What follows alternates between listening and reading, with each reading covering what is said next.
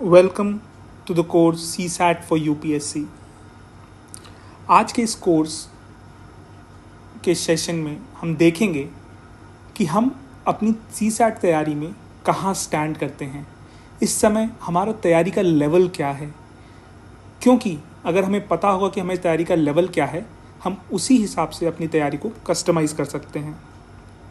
जैसे कि हमने पिछले लेक्चर में डिस्कस किया था कि सी सैट प्रिपरेशन के 4 मेजर स्टेप होते हैं। पहला स्टेप है टेक सी सैट सीरियसली। इसमें हमने डिस्कस किया था कि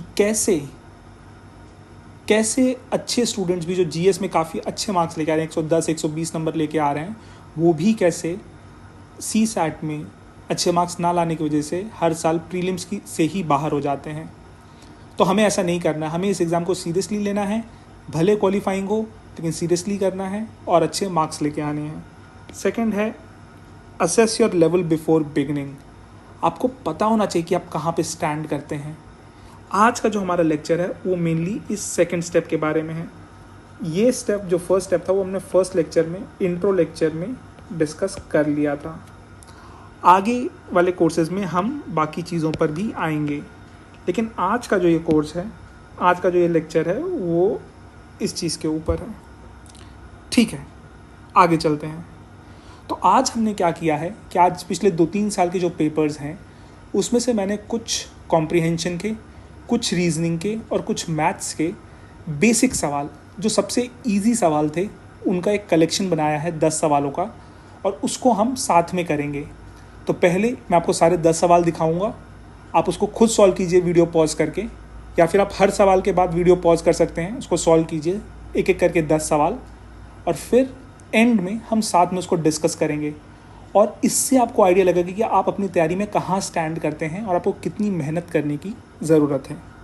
तो आइए चलते हैं पहले सवाल पे। Question number 1। 2 friends X and Y start running and they run together for 50 meters in the same direction and reach a point. X turns right and runs 60 meters while Y turns left and runs 40 meters. Then X turns left and runs 50 meters and stops, while Y turns right and runs 50 meters and then stops. How far are the 2 friends from each other now? Simple सवाल है, आपको directions का ख्याल रखना है और distance का ख्याल रखना है। 4 ऑप्शंस हैं, एक ऑप्शन सही है। वीडियो को पॉज कीजिएगा और खुद से सॉल्व कीजिए। Second question, reading comprehension. ठीक है, इसमें पैसेज है, the main threat to maintaining progress in human development comes from the increasingly evident unsustainability of production and consumption patterns. Current production models rely heavily on fossil fuels. We now know that this is unsustainable because the resources are finite. The close link between economic growth and greenhouse gas emission needs to be served for human development to become truly sustainable. Some developed countries have begun to alleviate the worst effects by expanding recycling and investing in public transport and infrastructure. But most developing countries are hampered by the high cost and low availability of clean energy sources. Developed countries need to support developing countries' transition to sustainable human development. सवाल क्या पूछता है? सवाल कहता है unsustainability in production pattern is due to which of the following. 3 options दिए हुए हैं, उनमें से आपको कौन से 2 या तीनों सही हैं वो आपको सेलेक्ट करना है। इस समय पे आप इस वीडियो को पॉज कर सकते हैं और ध्यान दीजिए कि आपको बहुत ज़्यादा समय नहीं लेना है इसको सॉल्व करने में। 2 मिनट से ज़्यादा नहीं लगने चाहिए किसी भी सवाल को सॉल्व करने में। ठीक है, तो बेसिकली अगर इसका समरी देखें इस पैराग्राफ की, तो ये समरी में कहना चाह रहे हैं कि कैसे हमारा जो ग्रोथ है, जो कि कंजम्पशन और प्रोडक्शन पैटर्न पे डिपेंडेंट है, वो कैसे अनसस्टेनेबल हो गया है। कुछ कंट्रीज़ जो हैं उसको, कुछ जो डेवलप्ड कंट्रीज़ हैं उसको बेटर करने की कोशिश कर रहे हैं रिसाइकलिंग से, पब्लिक ट्रांसपोर्ट और बेटर इंफ्रास्ट्रक्चर से, वेयर एज जो डेवलपिंग कंट्रीज़ हैं वो हाई कॉस्ट और low availability of clean energy sources की वजह से पीछे हैं। अब आप इस सवाल को ध्यान से पढ़िए और सॉल्व करने की कोशिश कीजिए। तीसरा सवाल, price in the increase in the price of a certain item was 25%, then the price was decreased by 20%, then again increased by 10%. What is the resultant increase in the price. बहुत ही आसान सवाल है। दाम पहले 25% बढ़ा दिया, फिर 20% कम कर दिया, फिर 10% बढ़ा दिया। बेसिकली सीरीज़ में आपको परसेंटेज लगाना है, तो इसका नेट इंक्रीज कितना हुआ। बहुत ही सिंपल सवाल, पॉज कीजिए, ट्राई कीजिए। अगला सवाल, ये इसी साल का सवाल है। रोड की लेंथ बताई है 1.01 किलोमीटर, 101 पौधे लगे हुए हैं। हमको बताना है कि 5 पौधों के बीच में कितना डिस्टेंस है। अगेन वेरी सिंपल सवाल, बेसिक सवाल, खुद से सोचिए, इस समय पे पॉज कीजिए, 2 मिनट के अंदर सॉल्व कीजिए और अगले सवाल पे जाइए। अगला सवाल, PQRSTU, 6 लोग हैं एक फैमिली के जिनके आपस में रिलेशंस बता रखे हैं और उसके बेसिस पे आपको इन चारों ऑप्शन में से कौन सा सही है वो ढूंढना है। पॉज कीजिए, 2 मिनट के अंदर करने की कोशिश कीजिए और फिर चलते हैं अगले सवाल पे। अगला सवाल, 24 men and 12 women can do a piece of work in 30 days। 24 पुरुष और 12 महिलाएं मिलके कोई काम को 30 दिन में करती हैं। अगर 12 पुरुष और 24 महिलाएं हो जाएं तो इस सेम काम को करने में कितने दिन लगेंगे। 4 ऑप्शन दिए हुए हैं, आपको सही चूज़ करना है। पॉज कीजिए, ट्राई कीजिए 2 मिनट में और अगले सवाल पे चलते हैं। अब पाई चार्ट एक दिया हुआ है जिसमें 5 आइटम्स हैं, ABCDE। BCD और E के उस पाई चार्ट में कितने डिग्री वो कवर करते हैं वो बता रखा है और आपको बताना है कि A का कितना पोर्शन है।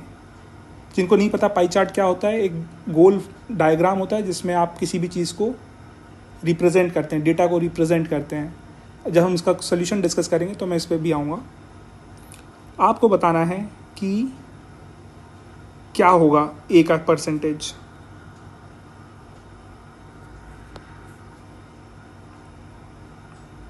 Man walks down the backside of his house straight 25 meters and then turns to the right and walks again. Then he turns towards left and again walks 25 meters. If his house faces to the east, what is his direction from the starting point? एक आदमी घर से निकलता है, वो सीधा 25 metre जाता है, फिर राइट मुड़ता है 50 मीटर जाता है, फिर लेफ्ट मुड़ता है 25 मीटर जाता है। एंड में इस समय वो अपनी शुरुआत की पोजीशन से कौन सी डायरेक्शन में है। सिंपल सवाल, वीडियो पॉज कीजिए और ट्राई कीजिए। Again paragraph, Spanish ships in the late 16th century first brought the potato tuber from South America to Europe. In 19th century, it had become a reliable backup for cereal crops, particularly in cold, rain-soaked soils of Ireland. Irish were almost wholly dependent on potato as their staple food, and they were planting primarily one prodigious variety, the lumper potato, whose genetic frailty would be cruelly exposed by the fungus Phytophthora infestans. In 1845, spores of the deadly fungus began spreading across the country, destroying nearly all the lumpers in its path. The resulting famine killed or displaced millions. Which of the following statements best reflects the critical message of the passage? Passage दिया हुआ है, आपको मतलब समझना है और उनमें से जो सबसे बेस्ट आपको लग रहा है उसको आपको चूज़ करना है। Thank you. अभी आप इसको पॉज कीजिए, ट्राई कीजिए, फिर हम आते हैं आंसर्स पे। आई होप आप सब ने सवालों को प्रैक्टिस किया होगा, पॉज करके 2-2 मिनट का टाइम लेके सॉल्व करने की कोशिश की होगी। तो आइए करते हैं इन सारे सवालों का सल्यूशन। ठीक है, तो x और y 2 लोग हैं तो 2 कलर के पेन इस्तेमाल कर लेते हैं। पहले ये दोनों का स्टार्टिंग पॉइंट सेम है, हमें पता है कि x 50 मीटर दौड़े, फिर उन्होंने राइट लिया तो हमारा राइट होगा इस तरफ, वो गए 60 मीटर्स, फिर यहाँ से उन्होंने लिया लेफ़्ट, यहाँ से लेफ़्ट होगा इस डायरेक्शन में, वो गए 50 मीटर्स और फाइनली यहाँ पे आके एक्स भाई साहब सुस्ताने लगे। अब देखते हैं वाई भाई साहब ने क्या किया। वाई भाई साहब भी पहले यहाँ से 50 मीटर गए, ठीक है। फिर यहाँ से वो हमने देखा कि वो मुड़े लेफ्ट और गए 40 मीटर, गुड। फिर वाई भाई साहब ने क्या किया, वो भी राइट मुड़े और दौड़े 50 मीटर, राइट इस तरफ पड़ेगा, यहाँ पे पहुँच गए वाई भाई साहब। अब सवाल कह रहा है कि how far are the two friends from each other, कितनी दूर हैं। 60 + 40 = 100 meters. So A is the right answer. I hope most of you would have done it correct. ज़्यादातर बच्चों ने इसको सही जवाब किया होगा क्योंकि ये सिंपल सवाल है। चलते हैं अगले की तरफ, ठीक है।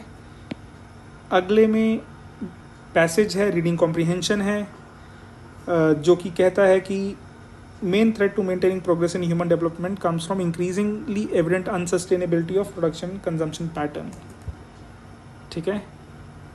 जो मेन थ्रेट है ह्यूमन प्रोग्रेस को, वो mainly comes from unsustainable production and consumption pattern, क्योंकि ये प्रोडक्शन मॉडल फॉसिल फ्यूल पे रिलाई करता है और रिसोर्सेज फाइनाइट हैं। Economic growth and greenhouse gas emission needs to be serve for human development to become truly sustainable. कुछ developed countries हैं जिन्होंने recycling, investing public infrastructure and public transport पे खर्चा किया है, लेकिन ज़्यादातर जो डेवलपिंग कंट्रीज़ हैं वो हाई कॉस्ट और लो अवेलेबिलिटी की वजह से क्लीन सोर्स ऑफ एनर्जी को नहीं अपना पा रही हैं। Developed countries need to support developing countries by transitioning to sustainable human development. Developed countries को डेवलपिंग कंट्रीज़ को हेल्प करना चाहिए ये ट्रांजिशन करने में, ठीक है। तो ये हो गया पैसेज, हमें समझ आ गया पैसेज। हम देखते हैं सवाल क्या है। Unsustainability in production pattern is due to which of the following. पहला, heavy dependence on fossil fuels, correct है, ये यहाँ पे लिखा ही हुआ था। Limited availability of resources, correct, बताया है ऑथर ने कि फाइनाइट हैं, करेक्ट। एक्सपेंशन ऑफ रिसाइकलिंग, अरे भाई रिसाइकलिंग से तो पैसा बचेगा, एनर्जी बचेगा, तो रिसाइकलिंग तो सस्टेनेबल के साथ रिलेटेड है, अनसस्टेनेबल के साथ तो नहीं है, तो ये नहीं होना चाहिए, ये गलत है। तो 1 सही होना चाहिए और 2 सही होना चाहिए। अब देखते हैं ऑप्शंस में क्या कुछ ऐसा है। लकीली पहला ही 1 और 2 दिया हुआ है जो कि सही है। चलते हैं अगले सवाल पे। अगेन काफ़ी सिंपल सवाल। मान लीजिए आप गए शॉपिंग मॉल में और आपको कोई चीज़ पसंद है जो कि 100 रुपये की है, ठीक है, आपने अज्यूम कर लिया 100 रुपये उसका प्राइस। अब सवाल क्या कह रहा है कि इसका दाम 25% बढ़ा दिया गया। अगर मैं 100 का 25% निकालूंगा तो हो जाएगा 25 रुपये, मतलब अगर 100 + 25 = 125 रुपये, ठीक है। अब कह रहे हैं कि प्राइस वॉज डिक्रीज बाई 20%। 125 का 20% अगर आपने डिक्रीज़ किया तो कितना हुआ, 125 = 25 ही होता है। तो 125 में से 25 कम करेंगे आप, क्योंकि आप डिक्रीज़ कर रहे हैं, हो गया 100। तो भाई साहब मोटी मोटी बात ये हुई कि अगर आपने किसी चीज़ का दाम 25% बढ़ाया और फिर 20% कम कर दिया तो आप वापस वहीं पे पहुंच गए जैसा आपने शुरू किया था। लेकिन अभी एक और चीज़ बची हुई है सवाल में कि हमने 10% रेट फिर से बढ़ाया, तो 100 का 10% कितना होगा, 10 रुपये। Total price 100 + 10 110। इंक्रीज़ कितना हुआ, नेट इंक्रीज 10%। ऑप्शन बी सही है। ये सब आसान सवाल हैं, मेरे को उम्मीद है कि आप सबके ये सब सही हुए होंगे। ये मान लीजिए 4 पेड़ लगे हुए हैं, ठीक है, पेड़ तो 4 हैं, लेकिन अगर मैं पूछूं 4 पेड़ों के बीच में आप गैप्स काउंट कीजिए तो कितने गैप्स होंगे, 3 गैप्स, 1 2 3 गैप्स। तो बेसिकली, और अगर मैं कहूँ कि हर पेड़ के बीच में दूरी 10 मीटर है तो टोटल डिस्टेंस कितना हुआ 4 पेड़ों के लिए, = 30 मीटर्स, ठीक है। अब इसी चीज़ को ध्यान में रखते हुए इस सवाल पे आते हैं। तो अब ये 1.01 जो किलोमीटर है इसको हम आसान करने के लिए मीटर्स में कन्वर्ट कर लेते हैं। किलोमीटर को मीटर में करेंगे तो कितना हो जाता है, 1000 से मल्टीप्लाई करेंगे जब इसको, तो ये होगा इतने मीटर। इतने मीटर में 101 प्लांट लगे हुए हैं, ठीक है। तो टोटल अगर 101 प्लांट है, टोटल डिस्टेंस कितना, टोटल गैप कितना होगा, वो होगा -100। 100 गैप्स हैं बीच में। अब वो 100 गैप्स को क्या करना है हमको, 1010 से डिवाइड करना है। कर दिया हमने। तो अब हमें पता लग गया कि हर पेड़ के बीच में 10.1 मीटर्स का गैप है। हर पेड़ के बीच में 10.1 मीटर्स का गैप है।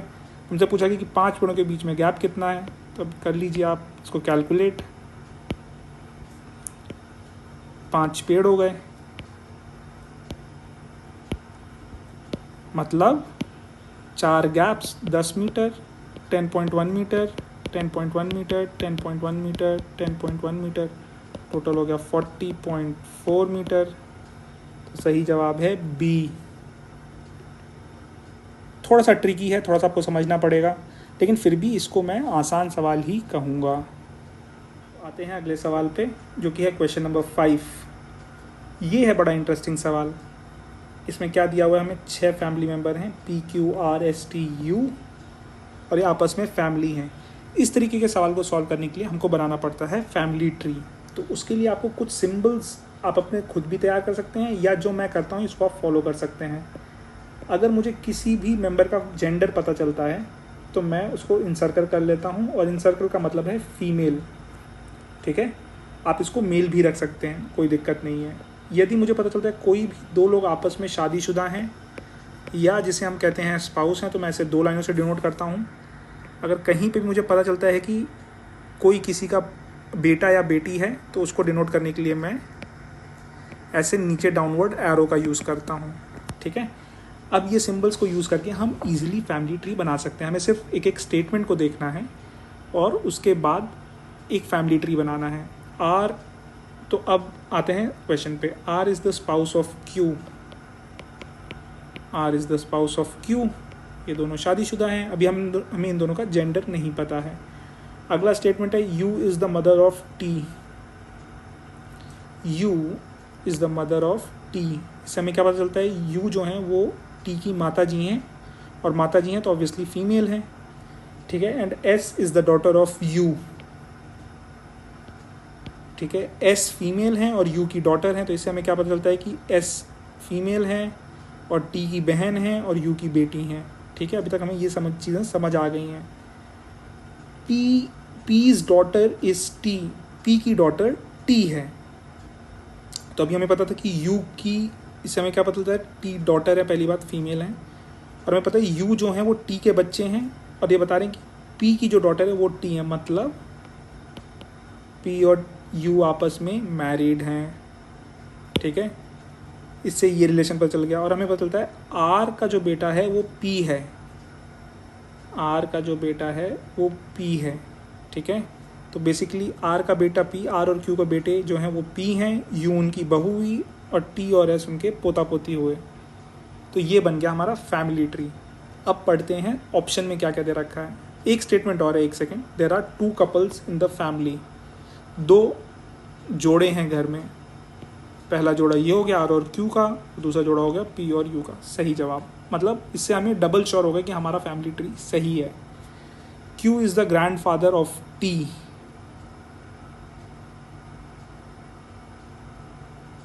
ठीक है, क्यू जो है टी का ग्रैंड फादर है। इस स्टेटमेंट में क्या दिक्कत है, देखने से तो ये सही लग रहा है, लेकिन हमें जैसे सवाल में हमें कभी ये नहीं पता लगा कि आर और टी का, आर और क्यू का जेंडर क्या है। तो ये बात हम शॉर्ट नहीं कह सकते। हो सकता है कि आर जो है वो टी के दादाजी हों या क्यू टी के दादाजी हों, हमें ये पता ही नहीं है, तो ये हम श्योरिटी से नहीं कह सकते, इसको काट देंगे। Q is the grand mother of T, same वही दिक्कत, क्योंकि हमें आर और क्यू का जेंडर नहीं पता, तो हम बता नहीं सकते कि दादाजी हैं या दादी माँ हैं, हमें पता ही नहीं है बात, ठीक है। R is the mother of P, same, हमें जेंडर नहीं पता है आर और क्यू का, हम नहीं बता सकते ये भी। फिर आखिरी option, T is the grand daughter of Q. T हमें पता है फीमेल हैं क्योंकि इनको सर्कल कर रखा है हमने, और इनकी पोती हैं, तो ये सही जवाब है। आर और क्यू के बेटे हैं पी, उनकी बहू हैं यू, और इसके नीचे जनरेशन में टी और एस उनके पोता पोती हैं। थोड़ा सा कॉम्प्लेक्स है लेकिन बड़ा ही मज़ेदार सवाल है। ठीक है, तो आंसर हो गया 4th। अगला सवाल, 24 men and 12 women can do a piece of work in 30 days. In how many days can 12 men and 24 women do the same piece of work? ये जो सवाल है इसको, ये बेसिक एल्जेब्रा का सवाल है। ठीक है, जहाँ पे 2 अननोन वेरिएबल हैं, एक है मेन और एक है विमेन। ठीक है, तो मान लीजिए, तो बेसिकली 2 अननोन वेरिएबल हैं। मान लीजिए एक आदमी एक दिन में कितना काम करेगा, वो 24 दिन में ख़त्म करता है, तो एक दिन में कितना करेगा, 1/24 m। और सेम महिला जो हैं वो 1/12 w हो गए टोटल काम करने के लिए।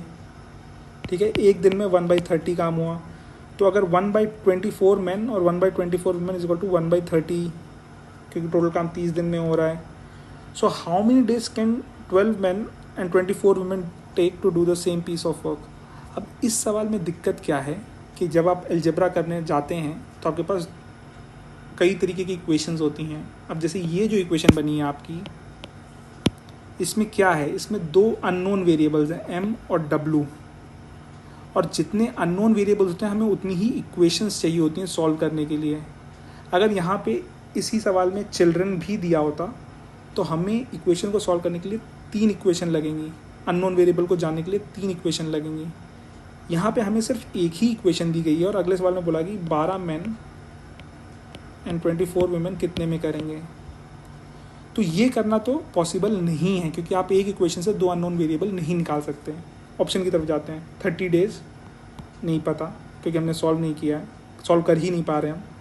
मोर than 30 days again can't say, less than 30 days और more than 30 days can't say. Data is inadequate to draw any conclusion. जैसे कि मैंने कहा कि ऐसे तरह के सवाल को करने के लिए, क्योंकि जहाँ पे 2 अननोन वेरिएबल हैं, आपको मिनिमम 2 स्टेटमेंट दी गई होंगी जहाँ पे आपको 2 इक्वेशन बना सके, और उन 2 इक्वेशन से आप उसको सॉल्व कर सकते हैं। तो बेसिकली इसका आंसर होगा D, data not adequate. Data पूरा नहीं पड़ेगा, डेटा इस गिवन डेटा से हम इस सवाल को नहीं सॉल्व कर सकते। तो कई बार यूपीएससी ऐसे सवाल भी देगा आपको ट्रिक करने के लिए, जहाँ पे आप परेशान हो जाएंगे। आपको परेशान नहीं होना है, अपने लॉजिक को रखना है और लॉजिकली सॉल्व करना है। ठीक है, अगला सवाल, पाई चार्ट। तो बेसिकली 5 डिफरेंट आइटम्स के एक्सपेंडिचर दे रखे हैं। पाई चार्ट जिनको नहीं पता, पाई चार्ट कुछ ऐसा दिखता है, एक सर्कल होगा, उसमें किस चीज़ का कितना शेयर है वो ऐसे दिखाया जाता है। अब मान लीजिए इस पाई चार्ट में क्या कहा जा रहा है कि बी जो है वो 90 डिग्रीज है, और आपको ये ध्यान रखना है कि इसका टोटल जो होता है वो 360 डिग्रीज होता है। तो 100% जो है वो मतलब वो 360 डिग्रीज है। अब बी हमको पता चल गया 90%, सी है 50 डिग्रीज, डी है 75 डिग्रीज, और ई है 45 डिग्रीज।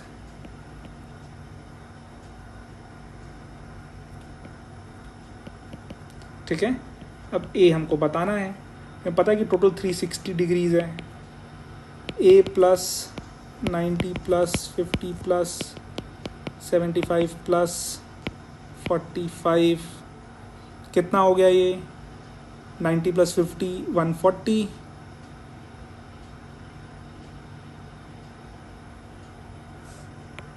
ठीक है, इसको आप जोड़ लीजिए तो हो गया 140 plus 120 plus A 360 degrees, 260 degrees plus A is equal to 360, A is equal to 100 degrees. अब हमें परसेंटेज निकालना है। तो जैसे कि हमको पता है कि टोटल 360 डिग्री होता है, 100/360 इंटू 100 करना है आपको, ठीक है।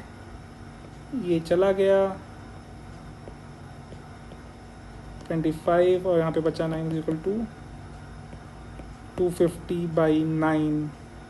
कोई है ऑप्शन? ए नहीं, बी नहीं, सी नहीं और डी। सही आंसर है डी। तो इसमें आपको क्या चीज़ें समझनी है और क्या चीज़ें जानने की हुई कि टोटल एक पाई चार्ट का जो होता है वो 360 डिग्री होता है, सर्कुलर होता है। आपको पता होगा कि ज्योमेट्री में बेसिक पढ़ा होगा आपने कि एक पॉइंट का अराउंड जो डिग्री होता है वो 360 होता है। सही, पाई चार्ट 360 डिग्री का बना हुआ है, 100% 360 डिग्री होगा और उसी में आपको डिग्रीज दिए होंगे कि हर आइटम का कितना डिग्री है और आपको एक अननोन का वैल्यू निकालना होगा। अब आते हैं क्वेश्चन नंबर 8 पे। ये क्वेश्चन है एवरेजेस का, ठीक है। इसमें कह रहे हैं कि 50 इनिंग्स में एवरेज है 46.4, जबकि 60 इनिंग्स के बाद एवरेज हो जाता है इंक्रीज होके 2.6 बढ़ गया, मतलब 46.4 प्लस 2.6 हो गया, मतलब 49 हो गया। अब जो सवाल पूछा जा रहा है वो पूछा जा रहा है कि आखिरी जो 10 इनिंग्स थी उसका एवरेज क्या है। तो अभी हम ऐसे इसको देखते हैं कि पहले 50 इनिंग्स में रन कितने बनाए होंगे, 46.4 इंटू 50, जो कि आपका हो गया 464 इंटू 5 इक्वल टू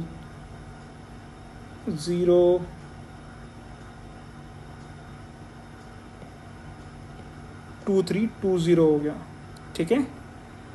ऐसे ही फिर 60 इनिंग्स के एंड पे कितना है स्कोर, एवरेज कितना है 49, ठीक है। तो 49 इंटू 60 इज इक्वल टू 452940। तो 60 इनिंग में बनाए 2940 और 50 इनिंग में थे 2320। तो इसको किया हमने माइनस, तो आंसर आया 620। मतलब आखिरी 10 इनिंग्स में बैट्समैन ने बनाए थे 620। इसको डिवाइड किया 10 से, आंसर आया 62। बाय द वे, आपका फेवरेट क्रिकेटर कौन है? कमेंट से मुझे ज़रूर बताइएगा, ठीक है। अगला सवाल, question number 9। Man walks down the backside of his house straight 25 meters and then turns to the right and walks 50 meters again. Then he turns towards left and walks again 25 meters. In his house, if his house faces to the east, what is his direction from the starting point? ठीक है। अब इसके लिए आपको समझना है कि सबसे पहले आप एक अपने आप को करने के लिए, सवाल सॉल्व करने से पहले आप अपने लिए एक ऐसा मैप बना लिया कीजिए। इससे सॉल्व करना आसान हो जाता है। नॉर्थ, जैसे आप इंडिया का मैप इमेजिन कीजिए, सबसे ऊपर क्या है, कश्मीर, नॉर्थ। साउथ में क्या है, तमिलनाडु, साउथ। नीचे की तरफ ईस्ट में क्या है, वेस्ट बंगाल, आसाम, ये सब। तो ईस्ट आपके राइट हैंड पे पड़ा और वेस्ट में, लेफ्ट में क्या पड़ा, वेस्ट, ठीक है। अब आपने ये मैप बना लिया तो आपको सॉल्व करने में आसानी होगी, ठीक है।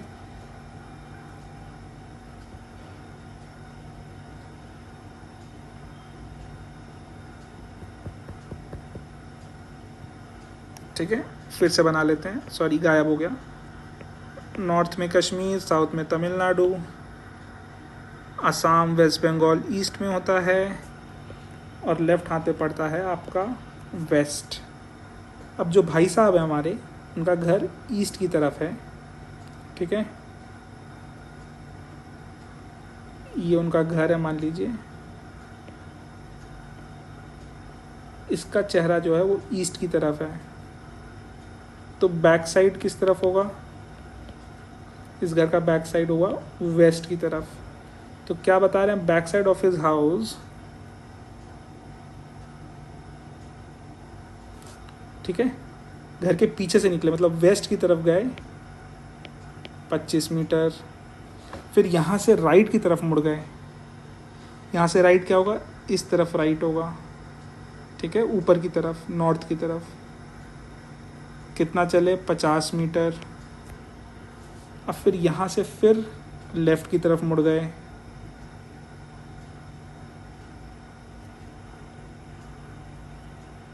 ठीक है, लेफ़्ट की तरफ मुड़े, कितना चले, 25,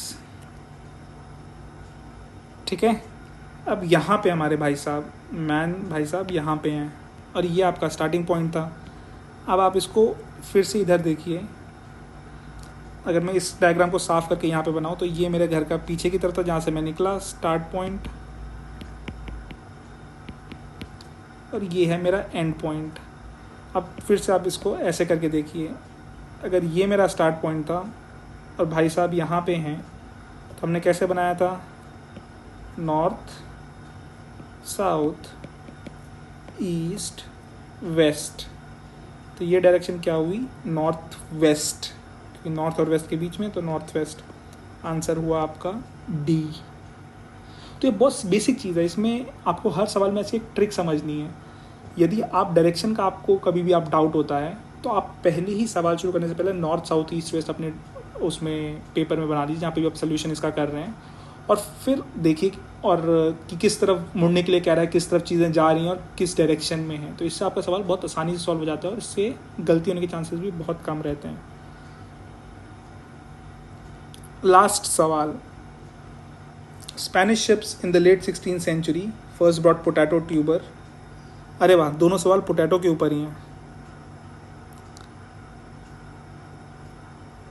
ठीक है, सॉरी एक ही सवाल है पोटैटो के ऊपर, my bad.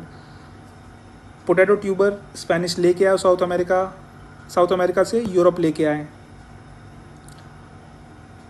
Reliable backup to serials बन गया, रेन सोक्ड सॉइल ऑफ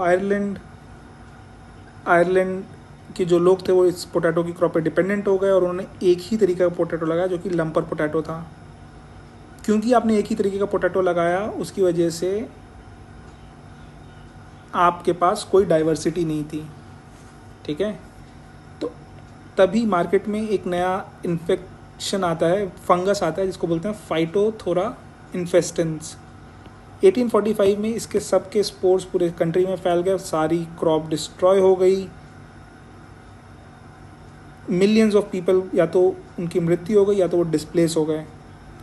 अब इन चारों स्टेटमेंट में सबसे ज़्यादा इस पैराग्राफ के मैसेज को कौन सा स्टेटमेंट रिफ्लेक्ट करता है? ये रीडिंग कॉम्प्रिहेंशन का पार्ट है, ऐसे बहुत सारे सवाल आते हैं पेपर में, तो आपको ये पता होना बहुत ज़रूरी है।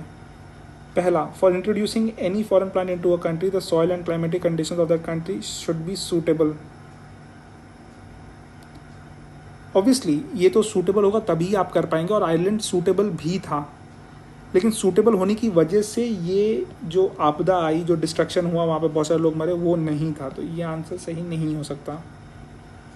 As a staple food of a country tuber crops like potato cannot replace cereal crops. Again ये भी गलत है, ऐसा कहीं पे भी नहीं कहा गया कि पोटैटो सीरियल क्रॉप्स को रिप्लेस नहीं कर सकते, वो कर सकते हैं। दिक्कत कहाँ पे थी?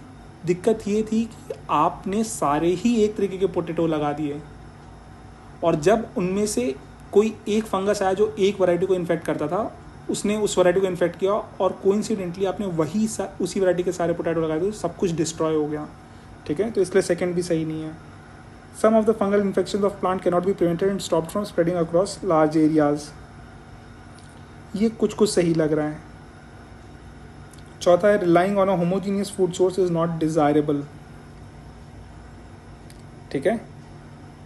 तो एग्जैक्टली तो हमने क्या देखा यहाँ पे कि पूरी जो उनका फूड हैबिट्स है वो सीरियल क्रॉप से रिप्लेस होके पोटैटो की तरफ चले गए थे, और पोटैटो में भी क्या, एक स्पेसिफिक तरीके का पोटैटो। तो जब वो पोटैटो ख़त्म हो गया फंगस की वजह से, तो वहाँ पे बहुत ज़्यादा महामारी, मतलब बहुत ज़्यादा डिस्ट्रक्शन हुआ, बहुत लोगों की मौत हो गई। तो इसका आंसर होगा डी, ठीक है। तो अब हमने सारे 10 के 10 सवाल कर लिए हैं।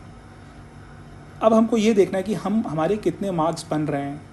अगर हमारे 9 या 9 से ज़्यादा सही हैं तो हम CSAT में अच्छा कर सकते हैं। अगर हमारे 6 से 9 के बीच में सही हैं, मतलब हमें थोड़ी मेहनत करने की ज़रूरत है, हमें सारे कंसेप्ट रिवाइज करने की ज़रूरत है और हमें ये करना है। यदि आपके 6-7 से कम मार्क्स बन रहे हैं तो आपको हार्डवर्क की ज़रूरत है, क्योंकि ये जो 10 सवाल थे ये हमने ईजी सवाल चूज़ किए थे, और ईजी में अगर आपके 6 या 7 से कम बन रहे हैं तो आपको मेहनत की ज़रूरत है। लेकिन फ़िक्र की कोई बात नहीं है, हम ये जर्नी साथ में करेंगे और आगे आने वाले लेक्चरों में हम सारे कंसेप्ट्स क्लियर करेंगे और CSAT को अच्छे से टैकल करेंगे एग्ज़ाम्स के लिए।